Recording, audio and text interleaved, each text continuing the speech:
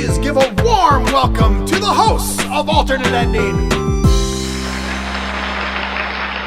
Hello to everyone out there in cyberspace. This is Mandy Albert for Alternate Ending, and I am here today with Grant S. Johnson, director of the soon-to-be-released Agent game. Grant, how are you doing today? I'm great. Thanks for having me. Thank you for speaking with me. So the first thing that I want to ask you about is that it's very rare that I get to describe somebody as a Broadway producer turned spy thriller director. So could we talk a little bit about your theater background and how that has influenced your movie making and how you kind of navigated that transition between the stage and the screen? Sure. So I'm born and raised in New York, and New York's obviously more of a theater town than it is a movie town, especially the last 10 years. Movie stuff is in LA, it's in Georgia, it's in Canada. And it was sort of a natural way of getting into the general entertainment industry. And it did happen by chance. I was trying to meet with movie producers in New York because I did want to stay in New York. I didn't want to move to LA. And these opportunities came in Broadway. And interestingly enough, the first one was a Broadway musical that was an adaptation of a movie, A Bronx Tale. So I thought, okay, it's an interesting segue. There's some movie people involved. De Niro was involved. Chaz was involved. And Alan Menken was involved. So there was some automatic crossover. And the producer that I worked with on that, he was also a movie producer. So I thought maybe this was an interesting way to start to enter the movie industry. And that led into another show, a much more successful show called A Band's Visit, which won a number of Tonys. And that was, in fact, based on a movie as well, a foreign film. But it was interesting. At the end of both of those, it hadn't seemed like they were really adding synergies to my movie career. They were seeming quite separate. But concurrently to doing them, I was working on movies, trying to see if I could get those going independently. My desire was for the Broadway stuff to really accelerate things, and especially being involved in a musical of the caliber of Band's Visit and having won the Best Musical Award. It was interesting to see that actually had no benefit in my movie career. It was not a resume builder like I thought it would be. It was not a sort of stamp of approval like I thought it would be, which was great. It was a great lesson learned. It was a great data point. I mean, I think that maybe only 2 times have I been speaking to people in the film industry who brought up The Band's Visit as like part of my background, or sort of said, oh, wow, I saw that. I liked it. Otherwise, it is a very separate world, which is also interesting because both those shows have played in LA and they've toured nationally. I think if, you're involved in a Hamilton, that might become that's a different thing. But I think otherwise what happens in New York sort of stays in New York because LA can be a bit of a bubble.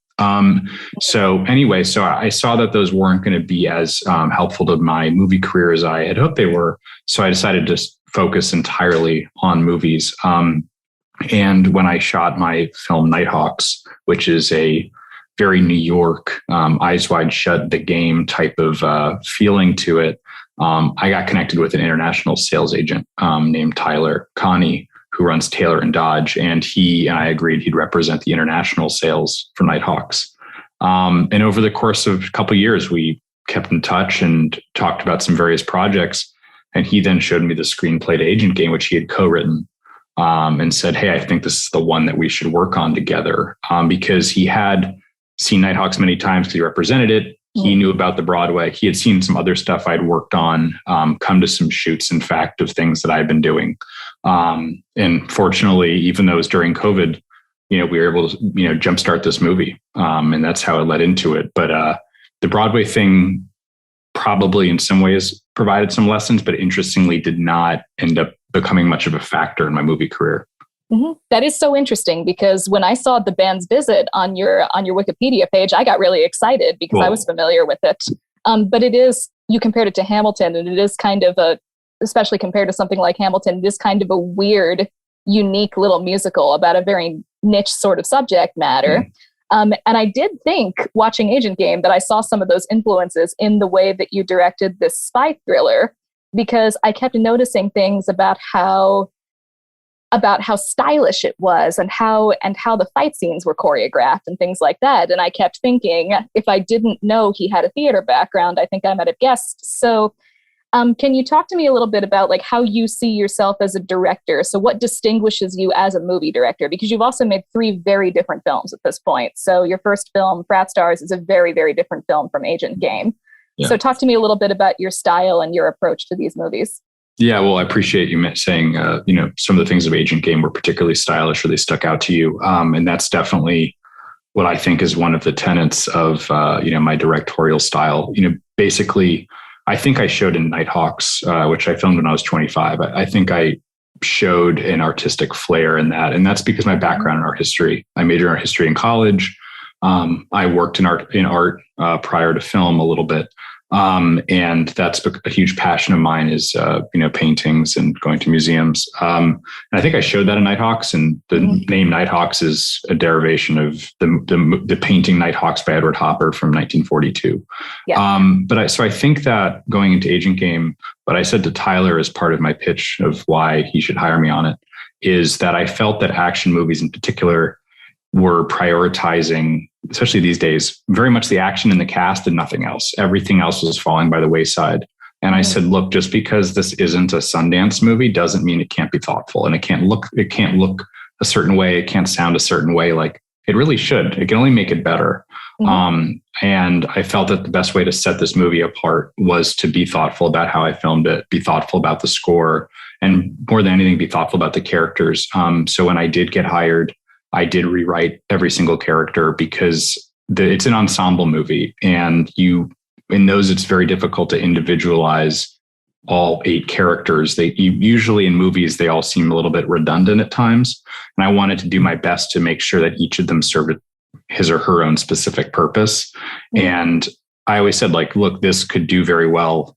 The script as written, I think, in the way a lot of directors would have done it, it'd be a successful 90s action movie because it would have sort of served and catered to that audience. But I said to Tyler from the beginning, let's sort of expand the audience by making it more thoughtful and, adding in some of that stylish flair that I did in Nighthawks. But that sort of is what informs a lot of my aesthetic decision making. And I fortunately had a fantastic cinematographer and a fantastic team of lighting guys and production designers and costume designers to help me achieve that on a tight schedule. But it was important for me to set this movie apart from a lot of the other ones that are especially coming out these days. Yeah, the use of color in particular was really striking to me throughout, and the use of the different colors in the lighting, especially the blue light in the plane scenes, was the thing that I really remember of just watching it and going, "That's different. That's not really what I expect from most of the films of this type." I appreciate that. And that's totally taken, honestly, from Nighthawks, where my cinematographer on Nighthawks suggested the idea of draping our hero, played by Chase Crawford in Nighthawks, in a blue. And, being subtle about it, but also making it apparent to the audience, hero, blue, it's sort of a good color scheme for that. And, Chase, his character wore this sort of bluish toned costume in that. And it worked really well for me. I really liked that. And I said to Tyler that, look, when our heroes are finally getting to know each other on that plane, we could have the plane be that sort of gross green that we might associate with the inside of certain planes, or a certain brown or brown and white we associate with certain private planes. But it's at nighttime and it's sort of a stylish movie and there are heroes. So let's kind of drape them in this interesting blue. And I think it will be really synergistic with the score that I had in mind to give it that stylish feel. So I'm really happy you pointed that out because it was a very particular choice. And I think that we're on that plane for a long time. And I did not want it to look stale by the end. I wanted to keep it sort of fresh and modern feeling. So I'm happy that it seems like it did that. Yeah, I would say that it absolutely did that. You did mention that in a lot of action movies these days, like the big focus is on the action scenes and the cast, and that you were trying to have focuses other than that. But I feel like we should talk about the fact that you have what some might call a dream cast in there, including the long-awaited reunion of Jason Isaacs and Mel Gibson after The Patriot. So what was it? I guess, I don't know how much you can really answer this question, but what do you think drew this cast to this film? How did you get this lineup of people to work on this, and what was it like to work with them? Yeah. So firstly, the script was really good. And prior to me working on it, it was a very readable script. When you read it, it very much felt like a really good 90s action movie. And all I said to Tyler at the time was, let's, this works as is, but let's sort of make it more modern, because it felt very, very 90s, very Rules of Engagement, very Crimson Tide. And that's great. But, we're in 2022. So I updated it, did work on those characters a bunch. And I think that if you are able to read like 100 scripts, you would really see with this movie that this script does stand out. It was well written. It was clear. And the characters all had interesting different backgrounds. And each character had some meat on the bones for an actor to dig in. But, casting wasn't that easy to begin with. We knew with Harris, we wanted to cast Dermot, and fortunately we got him. And with the role of Reese, I wanted to delete the role, and Tyler didn't want me to. And I said, if I'm going to keep it, I'm going to rewrite the whole thing for Reese Coiro. And he thought it was a great idea, so we did. And we got Reese. But after that, we were struggling to get some of the cast that we wanted. And we did go through a bunch of ideas for Olsen, and never were dreaming as big as Mel, honestly. Like, it just wasn't, it never crossed our minds that we could get someone of Mel Gibson's stature in the film. And there was a moment when we were about a month and a half away from filming where I was like, let's sort of try bigger. Like, we're actually not sort of succeeding in the actors that we wanted, who were all well known, but we weren't sort of succeeding. I was like, let's sort of try something. And the Mel thing, it clicked. And I think that we were casting this movie at a very interesting time, because we were casting in February and March of 21. Mm-hmm. So a lot of people hadn't worked in a year. And a lot of people were quite available because most movies had not started up yet. So we were actually in an interesting position to get cast that we might not have a few months later. I don't know, but the general availability of actors was better then than it is now. Everyone's very busy. And once we got Mel in, and I think what was very helpful in getting Mel in was I showed him some footage that I had filmed of some other things. And that seemed to sort of seal the deal, and show him sort of my desire to make this movie more stylish and sort of more thoughtful than other things. But once we got him, immediately Tyler and I wanted to get Jason Isaacs, and that's who we had wanted all along for that role of Bill. Interestingly, Tyler's not a Harry Potter person. I am a diehard Harry Potter person. And I remember the day where I saw Chamber of Secrets, which is Jason Isaacs' first appearance in that franchise.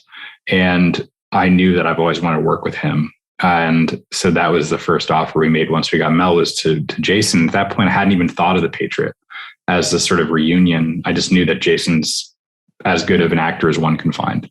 Mm-hmm. And I was fortunate enough, and the project was fortunate enough, that unbeknownst to us, Jason Isaacs has always wanted to play one role in his career that he never has, and that is a CIA interrogator.